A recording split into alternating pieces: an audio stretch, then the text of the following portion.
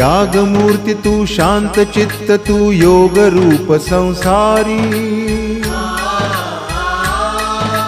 दया प्रेम अन मानवतेचे प्रतीक तुझी ईश्वरी